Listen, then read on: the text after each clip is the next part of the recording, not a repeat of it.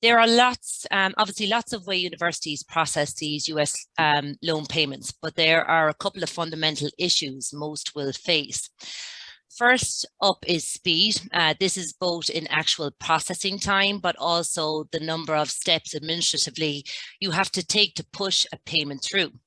When processing checks, for example, it can take 4 to 8 weeks, sometimes even longer, from the moment that a check is received to when the money lands in your account, without going through all the steps, which would take probably the entire webinar to go through.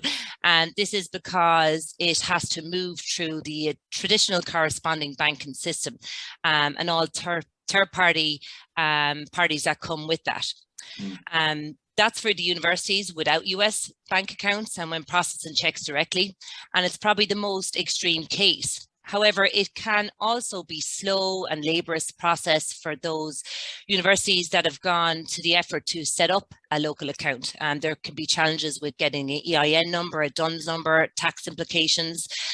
In these cases, a lot of those third parties are cut out, but it still requires a lot of manual processing and allocating from the university's financial teams.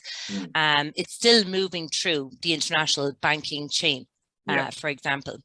The second is cost. In the check process, we can talk about every one of the third parties will take a cut of the pie, if you like, even though generally small in each instance, can add up cumulatively, making it difficult to reconcile the payments, and usually the cost is passed on to the student, which is not ideal at all.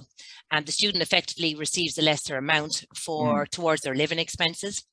And this is not taking into account the FX rates when the payment crosses borders, which can be considerable for even those universities with a local banking presence.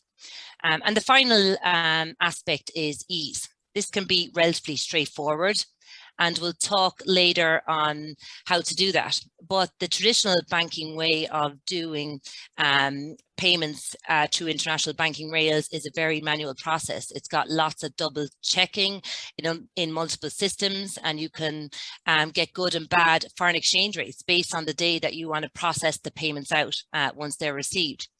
All of the above can combine and lead to frustrating reconciliation process. And whenever you have frustration, the inevitable outcome is that more time is spent working on an issue that shouldn't have required extra work.